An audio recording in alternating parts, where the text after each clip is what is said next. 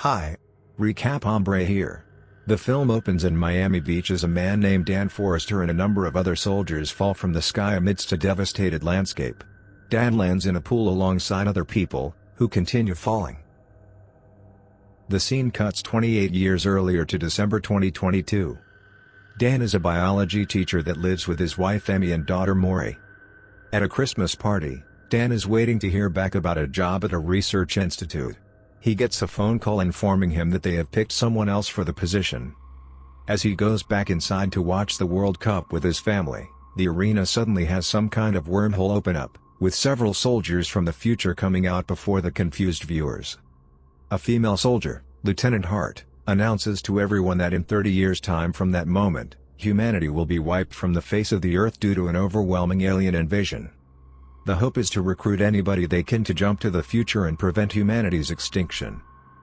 A year later, riots and anti-war protests have gone on as the draft has been happening since the initial announcement, and there have been more casualties than anything. Hope for the future continues to dwindle. Even Dan's students cannot focus on their work because they feel that everyone is just going to die anyway. Dan is later called to report for a draft. After undergoing evaluation, he learns that he meets the qualifications because he has already died between the present and the time leading up to the invasion. He has a device placed onto his arm that will aid him in time jumping. It is also revealed that Dan was a squad leader in Iraq 15 years earlier. Given 24 hours to settle his affairs, Dan goes to Emmy's job where she works as a therapist for people who returned from the draft. Emmy tells Dan that there is one person who can help get the family to safety, but it is Dan's estranged father James, whom he resents for abandoning him and his mother a long time ago. Dan visits James, who doesn't trust the government and has gone off-grid. Before Dan can ask for help, James says he has never wanted his help, which infuriates Dan because that's the only thing he ever wanted from him, although James says that he would have only made things worse for Dan and his mother.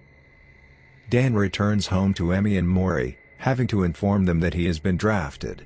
The two are heartbroken and hug Dan goodbye. Dan reports to the draft, where he meets other people like Charlie, Dorian, Nora, and Cowan. The draftees are told about the process of time jumping and the plan for their mission. Charlie tells Dan that they send people who have died before the war to avoid a paradox, while also noting that Dorian jumped back after killing an alien, which they refer to as white spikes.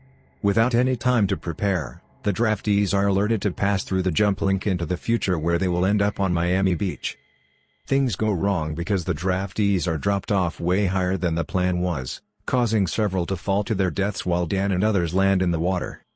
After getting out, Dan reports to Romeo Command, the colonel, who informs the team that the military has issued a blanket bombardment on the area to wipe out any living things.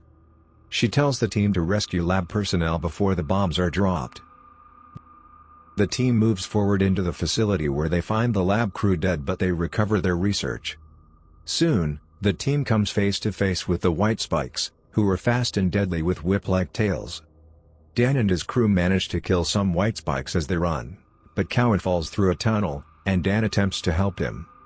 The white spikes are closing in, so Nora and Cowan stay behind to hold off as many as possible, just before the military drops the bombs on the tunnel, killing Nora, Cowan, and the white spikes. The surviving draftees wake up at a camp in the Dominican Republic. Dan meets the colonel, who turns out to be his now adult daughter Maury. She has some estrangement toward Dan for going through with the draft. She tells Dan that her team has located a female white spike whose physiology may be key in taking down the rest of the hive. The team comes across the cave containing the female, but dozens of male white spikes start coming down. Some get shredded by chopper blades while the soldiers continue to fight them off. The team manages to cage the female and evacuate, albeit with Dan nearly compromising the mission to save Maury. She reprimands him and then reveals to him that he died 7 years after the draft in a car accident, and Maury witnessed his final moments, all of this being after he returned from the draft and became disillusioned and left his family, hence her estrangement toward him. The team brings the female back to an oil rig where the jump link is so that they can produce a toxin from the female's blood that will wipe out all the white spikes. Soon, many more aliens overrun the base and attack, leading to another ferocious battle. The time in the jump link is about to expire, and the female white spike breaks free. The female attacks and causes the bridge to collapse with Maury on air. Although Dan tries to save her, she lets go so that she and the female can die while Dan and the surviving draftees return to their present year. Upon returning, Dan tries desperately to go back and attempt to save Maury, but it is futile as the jump link is now offline, making the jump back impossible. He has also managed to hold onto the toxin, as they were unable to pry it from his hands. Dan returns home. While talking to Emmy, he tells her that he met Maury as an adult and worked with her. Emmy suggests that the aliens didn't arrive in 2048 when the invasion began, but that they may have been there much earlier. Dan then goes to a bar where he finds Dorian, who tells him that he has terminal cancer. Dan asks him about a white spike claw that he kept as a souvenir, and they discover ash on it that came from Russia. Dan asks one of his students Martin about information regarding volcanic ash, leading to all of them deducing that the white spikes have already been on Earth this whole time and were thought out by global warming. Dan, Charlie, and Dorian attempt to get help from a government higher-up to allow them to take on a mission to Russia, but he denies them. Dan then goes to his father James for help, and they, along with the other soldiers, make it to Russia and discover the site of the frozen white spikes. It turns out that the ship they came in on was not theirs, but rather to a different species that was carrying the white spikes as cargo to eliminate other planets. They proceed to inject the toxin into the white spikes, but the aliens wake up and begin to attack. After an intense battle, Dorian sacrifices himself to obliterate the white spikes with a bomb. Unfortunately, the female white spike remains, and she goes after Dan and James. They attempt to inject her with the poison, but she bites her arm off to prevent it from spreading. After beating it further, Dan shoves the toxin into the female's throat and knocks her off a cliff where she splatters, officially ending all the white spikes for good. News about the war's prevention spreads, with the higher-up from earlier taking credit for Dan and the others making the trip. Dan reunites with Emmy and Maury, and he introduces Maury to her grandfather James.